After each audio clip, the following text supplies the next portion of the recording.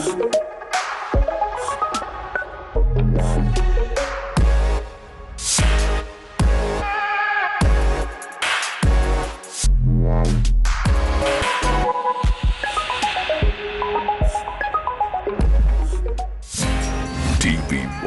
රැස්විහිදෙන ජීවිතේ.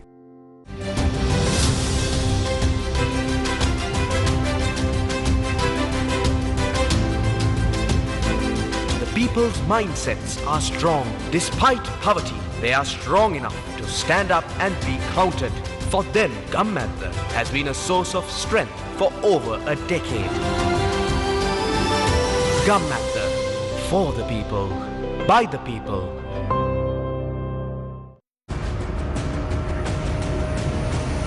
Newsfirst, Newsline with Faraz Shaukat Ali. Hello there, good evening and a warm welcome to Newsline Live. Tonight we have a very interesting guest, Mr. Upul Jayasuriya, President's Counsel, former chief at the BOI, the Board of Investment, and he's here to tell me why Sri Lanka continues to be in a rut 74 years after independence. Very good evening to you, Upul Jayasuriya. Good evening, Faraz. Why are we in a rut 74 years later? We are in a rut by choice, not by accident. Our choice? Choice of the people. I think the only chance that we had was President Jayasuriya's time. He created a new concept, the BOI was started, and we were the second in the entire South Asian region after Singapore. This is when the late Upul, what was his name now? Upal. He was the first chairman of the BOI. Mr. Paul Perera was the DDG, and Dr. Sivel Rathat was another DDG, Deputy Director General.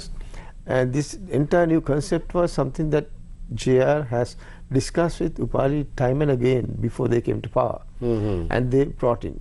I had the privilege of getting involved in the drafting of the BOI laws at that time with Mr. Paul Perera and Dr. Priya Amarasinghe. But what happened was, when we started the BOI, we had the first zone was Katunayaka, and then we had about nearly 50,000 people working there. But now you have only about 22,000 people working there. That's a problem. Why the problem? We can't get people. Now all the people are going out of the country. All the people are running three-wheelers. Now one of the it's a laughing matter.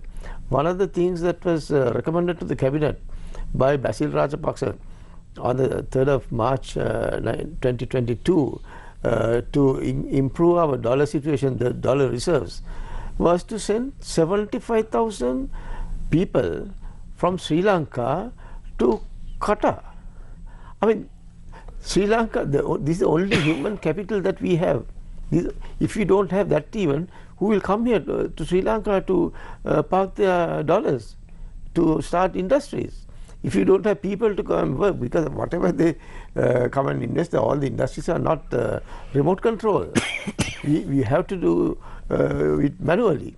You have to do it manually, but it cannot be done if you don't have the people. So now it's a situation where at any given time, let's take Katunayaka as an example.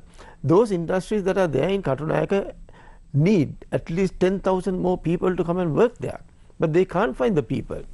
If they can't find the people, then their exports are curtailed. If the exports are curtailed, our exports revenue is curtailed. That's where the problem is. People have still not identified what the problem is really in this country. Sorry. Does this mean, Upul, that the government of the day has no plan? Yes. But I still have hope for a person like Mr. Wickramasinghe. I have reservations about what he's doing in certain areas. But with regard to the investment, he's the guy who really knows what he's doing, because he's the one who was really pushing for the Biyagama zone. That was the second zone. So, you know, talking about that, how does, you know, we all know that he was voted in Parliament by the SLPP.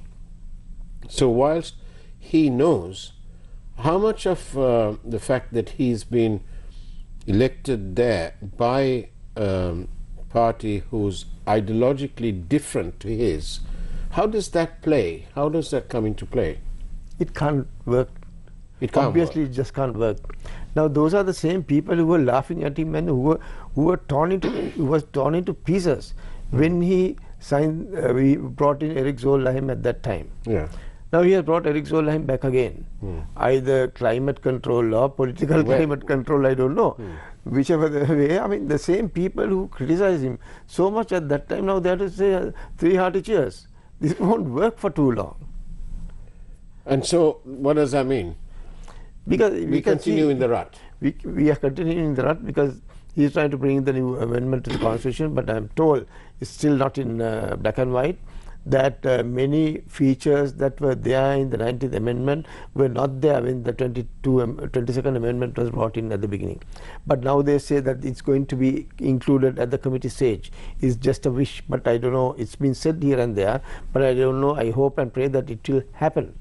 But there again, there is a lot of dissension amongst the ruling party that they are saying, the members of parliament, not the ministers, they are saying we are not going to vote for it.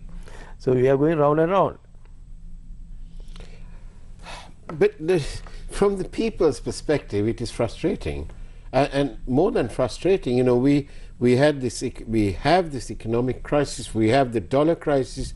Now we have yet another crisis, which of course is the interest rate crisis. The interest rate is so high, and people find the most ordinary things almost beyond their reach. Quite often, many things are beyond their reach. We have reports that children are fainting in school, on their way to school, school teachers organizing meals and so on. So obviously, it's a reflection that the people are finding it extremely challenging. And isn't it frustrating that Sri Lanka can't get out of this rut? What can we do, Upul Jayasuriya, to get those dollars in, to get our exports up, and to get our production up? Yeah, you are referring to 3 the crises. Yes. But there are 4th one also. Now the tax crisis. Yes, the middle class is now ruined with this tax that have been introduced. Be that as been, I'll get on to the question that you asked me.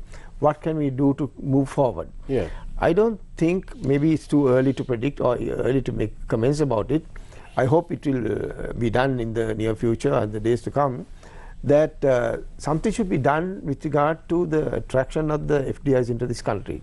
I don't see anything that has been thought of or been implemented at this moment of time, but maybe it's on the way, to encourage the foreign investors to come in. We still have the I call it all as a toothless lion. The BOI law of 1978 is no more valid anymore. Why? Why do I say that? Because the most powerful tool in the BOI law was Schedule B. Schedule B, certain powers of certain laws, like for instance exchange control, or maybe the inland revenue, or maybe customs, was vested with the BOI. But not anymore. Why? Exchange control law, there is a new law that has been brought in. Yes. That is not in the BOI Schedule B. Yeah. So therefore it is out. So you have to go to the exchange control department and get your things moving. Tax law, there is also a new tax law that was brought in, that is not included in the Schedule B. As far as customs are concerned, they are a law unto themselves. They do things of their own. They care two hoots for the recommendations or the decisions of the BOI. They do things on their own. So, but that is not all. Even if they are brought back, bringing back the exchange control and the inland revenue law is not a big rocket science. With a small amendment, you can do that. But that's not all. If you are to give a comfortable situation to the investors who are seeking to come to this country, there should be many other laws that should be brought in. Take for instance CEB, Ceylon Electricity Board. To get an electricity connection for a enterprise, it takes months of Sundays. You have to go behind so many people. Sometimes it's a local authority, sometimes the CEB officials themselves. It doesn't happen. Take the local government, the getting a approval process. That takes such a long time. This was never meant to be so, because that's why in the original BOI law, the local government, in the zones, within the zones, local government laws were not going to be applicable. So there again has to be brought into the Schedule B. Whatever the decision that have to be taken by the local government, local authorities, there should be a provision for the BOI to take that decision. Then take the GSMB. Geological Survey and Mines Bureau. There are so many instances where we are exporting our gold, I would say, maybe graphite, maybe phosphate, maybe rutile, maybe ilmenite. They have been sent in gunny bags. But this is where we need those approvals to be given, where value addition has to take place in this country. It doesn't happen. Where if there are no foreigners coming in, at least the state should invest in those ventures, because this is where the money is. So it doesn't happen. So now what I said was that whilst making the Schedule B of the BOI law stronger, you must also bring in another provision to say, okay, whenever you need to get the approval from these liner agencies, give them 2 weeks time to give the approval. If they don't give the approval within the 2-week period, then it should be vested with the BOI board of directors to give such approval. And once that approval is given by the BOI, within a matter of say another 2 weeks time, so altogether 1 month's time, if that approval is not adhered to by any liner agency, it should be made an act of corruption and they should be charged. So what you're really saying, what you're saying is that we need to take the red tape and chuck it in the nearest dustbin. Definitely. Because with all this red tape, you're holding the country back. You are continuing to be in the rut. That's why the one-stop shop, I always say, it has now become non-stop shop. Right? You can never move. When you were there, when you were at the BOI, did we have the same sort of problem where the one-stop shop? We had the same kind of problem. Now, I'll give you one example. One example, I had a press conference that Kantale Sugar Project. Kantale Sugar Project, the treasurer, the land secretary was asking for a bribe. The investor was complaining about it. I was insisting that he should not pay the bribe. In fact, I had a press conference and then said that this man is asking for a bribe. But even if I stood on my head and then said that, nobody was going to take care of it.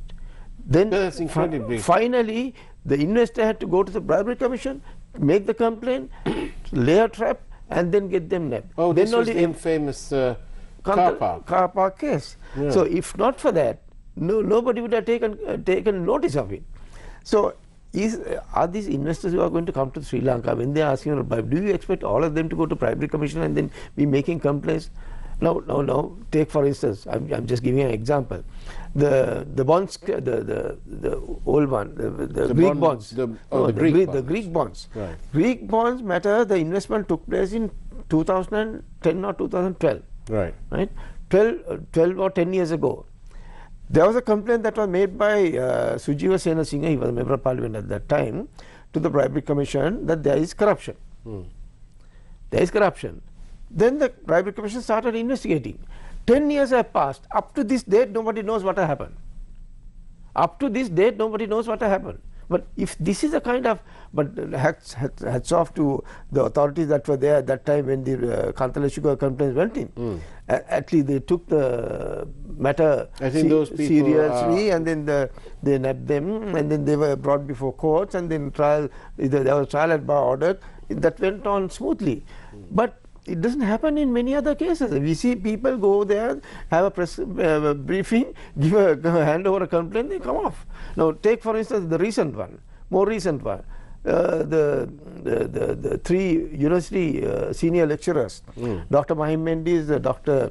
Atula Siri Samarakon and Dr. Nevis Moraes, they made a complaint to the bribery commission saying that economic crimes. Then a letter was received by them from the bribery commission saying that they have decided, having gone through the petition, they have decided to investigate. Then another letter came to them asking them to come and make a statement. They went there with all the affidavits that they filed in the Supreme Court and so on. When they went there, the officer who was supposed to take down their statement has asked, can you explain how does this come under Section 70 of the Bribery Act? He said, why are you asking us? We are not lawyers. You should ask your lawyers about it.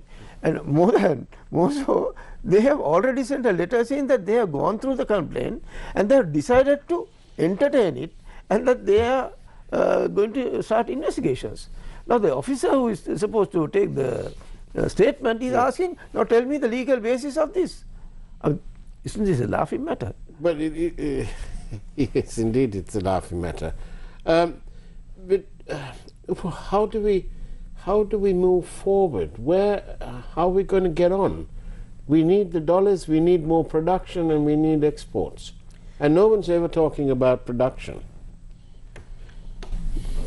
With regard to production, there are so many bottlenecks, and they have to be identified. I must also say that during Mr. Wickramasinghe's regime, when he was the Prime Minister, there was a committee that was set up that was headed by Mr. Pascal Lingam, that was for the purpose of clearing all the bottlenecks. And he was making a very substantial contribution in that regard. The problem with the problem with Mr. Wickramasinghe seems to be that he's never had the full power so that he can carry on doing what at times is eminently good. Well, now he has the power.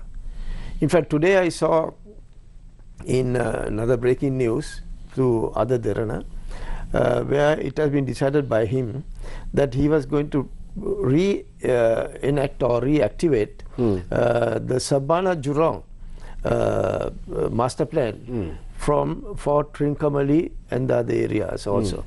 Now this is a super project. Okay. Now Savannah, I'll just explain what the Savannah Jurong project is. Now this agreement was signed between Singapore and Sri Lanka at the time when I was at the BOI. Yeah. Now that was for the purpose of Savannah Jurong has had they are the people who are in charge of the operations of the BOI Board of Investment of the in Singapore.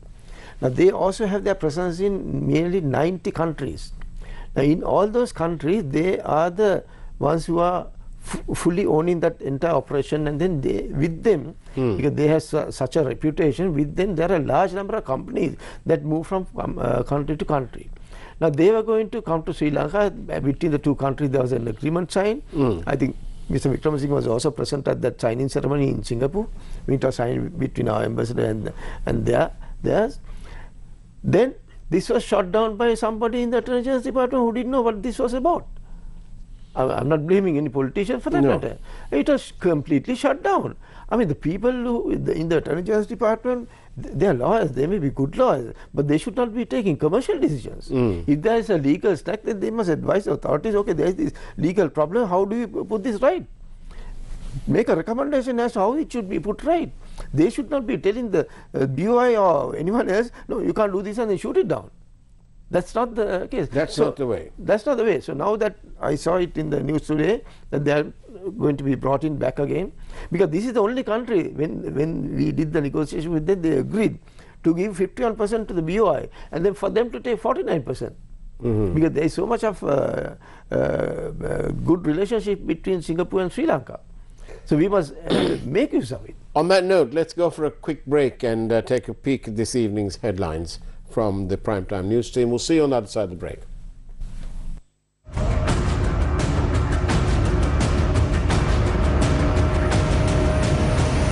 News First, Newsline with Faraz Shaukat Ali. 4 injured in Varakapola landslide. Rains continue to pour.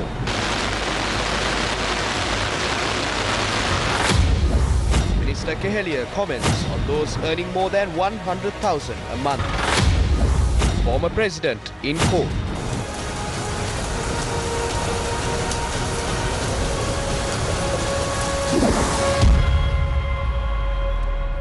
A trusted place for your fixed deposit. Valuable FD. 25% for 2 months. 25.5% for 4 months. Valuable FD. The symbol of stability.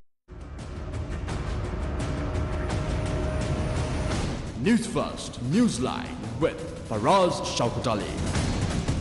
And welcome back to Newsline Live. I'm in conversation with President's Counsel Upul Jayasuriya, former BOI chief. Mr. Jayasuriya, for the first time ever, the United Nations has now included economic crimes in their list of matters that they're concerned with in Sri Lanka. What on earth is this now? Yeah, first let me tell you that Sri Lanka is in this situation because of these economic crimes. So quite rightly, though the authorities here are quite silent about it and then dumbfounded, the international community has taken it seriously, because their position is, if you are to help the same crowd of people who the criminals or those who have committed the economic crimes are still in the vested with the power of rule, what's going to happen to the money that they are going to put into this bucket in the hole? So they want to make sure that they are punished, without which they will not. I don't think, I hope it will not be like that. The lending agencies will not look at Sri Lanka with positivity. So that is why when you look at the whole thing, actually we now see that there is a matter that is pending even in the Supreme Court, where the people who are concerned, who are supposed to have committed these crimes, are now before court. But that's a question with regard to the violation of fundamental rights. But also that is why, that's the same thing that I just referred to a while ago with regard to the Bribery and Corruption Commission, where it is a complaint has been made and they have to go into that complaint. But if this is the kind of response that we get, I don't think our rule of law, the institutions that are vested with the authority and the autonomy to look into these crimes and then take steps, maybe they probably don't understand the gravity of it. They don't have the professional competence to go into such matters. If that be the case, they must be given the independence to recruit such people who have the knowledge and the know-how, who will understand these issues. So that now there is the crimes, all these crimes are emanating from the Monetary Act. The Monetary Act has given various powers to the Monetary Board. Once you examine, you will see that how the monetary law has been violated time and again. Now that has the autonomy. That cannot be interfered with. For them, they can be only talking to the Minister of Finance, because they must send reports, and the minister, whatever the decision that they take, the minister, if he doesn't agree, then he can talk to the Monetary Board and then come to an agreement. But if he still doesn't come to an agreement, then he can give a directive to the Monetary Board, but in that directive he must also absolve the Monetary Board of any consequences. So which means, if he is telling something to the Monetary Board, and if they carry out something that he has told them to carry out, without giving such instructions as a directive, with that certification of absolving them, then the Monetary Board members are responsible. This is what is said in section 116 of the Monetary Law. Right. Now in the meantime, here we see the President's Secretary. Now he has no status quo. Indeed. P.B. Jayasuriya. He is writing letters and then giving instructions to the Governor Central Bank. How can he, who does he think he is? He is writing letters and then say, when the Central Bank took a decision to curtail the imports because the foreign reserves were going to be depleted, if we kept the dollar at 203 rupees, they wanted to take some preventive action to and safeguard the reserve that we had. So they took a decision that they will, because under section 103 is a Monetary Board that has to decide on the margins on letters of credit. Margins on letters of credit. So when they took a decision, Dr. Lakshman's Monetary Board, that the margin should be 150%, so that people will be importing less, because there is cost of funding in that. What happened was, P.B. Jayasuriya writes a letter to Dr. Lakshman and say, how can you do this? This is against government policy. He is not the man to dictate terms to the Monetary Board on government policy. So why didn't the Monetary Board stand their ground? Because that is the problem. That is where they become liable. When such instructions are given by somebody who has no status quo, they should have ignored that. But the problem was that people like Dr. Lakshman and them, they love the job more than the country. They thought of the salary that they were getting at the end of the month, and they continue to get it by keeping them on the good books. They didn't want to upset these people, so they carried out those things. That is what cost this country so much of money, with the depleted reserves. Now it's gone down to zero, right? And we are now going around with a begging bowl to all the countries in the world. It's a terribly sad situation, but so it's interesting that right now the same matter is before the highest court in the land, and I know you can't be discussing the case per se, But is this a sign of the times, Upul Jayasuriya, when we see the Supreme Court being sort of petitioned time and time again over many things, including, of course, another point, the biggest concern in terms of FDI. I was going to ask you this question before. Upul Jayasuriya, how much of these economic crimes will play a role in a final decision to any investor thinking of coming to Sri Lanka? You might know that better than most because you were head of the BOI. That's where it comes in with regard to the rule of law position in the country. If the investors find that there is no rule of law in this country, then they'll be thinking twice or more than twice in coming to this country for their investment, because they should be assured of some consistent policies, number one. Number two, whatever has to happen, has to happen. If the laws are there, if the laws are of no use, if the laws are not adhered to, if the laws are more in the violation than in compliance, then they cannot be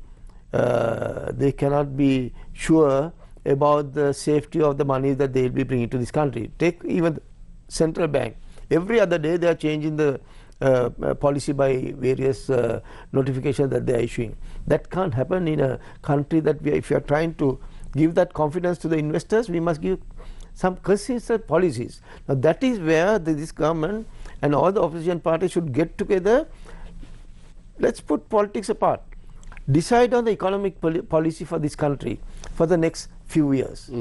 Whoever is in power or out of power, that's different. Let all the opposition parties get together. But you know, the problem, if you don't do that, if you don't say that this is our economic policy at least for the next 10 to 15, 20 years, that's where the problem is. People will not look at this country as a haven for them to park their dollars in this country. And how much of these, you know, the UN resolution talks about accountability and so on. How much of that will play a role? How much of negativity accrues from those matters? What they are urging is that there should be compliance with regard to the resolutions that they are passing there. So we must pay heed to such requests and then take some remedial steps. But as far as 13 years after the end of the war. It's 13 years. Yeah.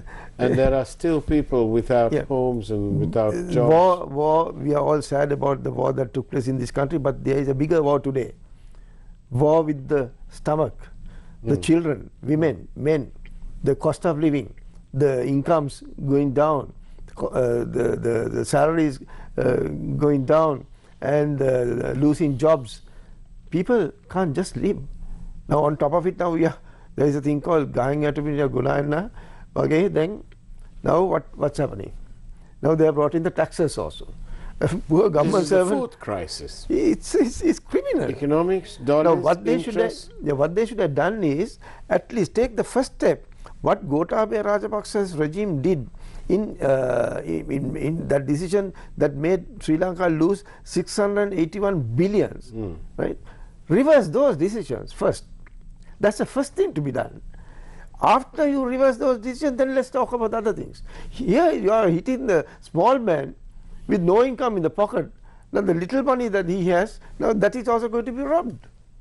But it's in your legal opinion, can't the public petition, let's say, the Supreme Court and say that their fundamental rights to an equitable lifestyle has been stymied by such actions? Can't we do that? I'm sure this bill will be challenged in the Supreme Court, but every bill, I mean, lawyers will have no other work but rather than challenging bills. Right? But in the meantime, the judges are also confronted with a difficult task, because on one side they'll say we need this money for the country to run. On the other hand, they say, the people say we can't live without. That the Supreme Court can't be ruling or sitting in judgment of government policy. That's a problem. But in the meantime, such policy is going to create so much of difficulties for the day-to-day life to go on, like what happened, then that's not policy. They can't say, we did this, that's the best that we could have done. That's a very difficult call for them, probably. And it's not difficult as such. There, what happens is, the decision that they have taken in violation of the law has blatantly violated the day-to-day life of the people. So then, at that stage, this is not before the damage has taken place. Here we are complaining to the Supreme Court after the damage has taken place. Now the tax issue may be before the damage, but if the Supreme Court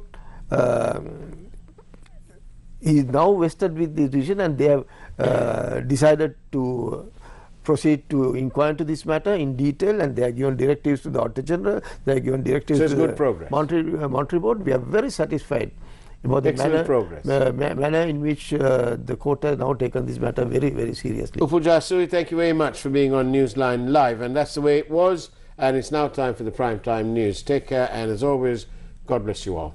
Thank you. Good night.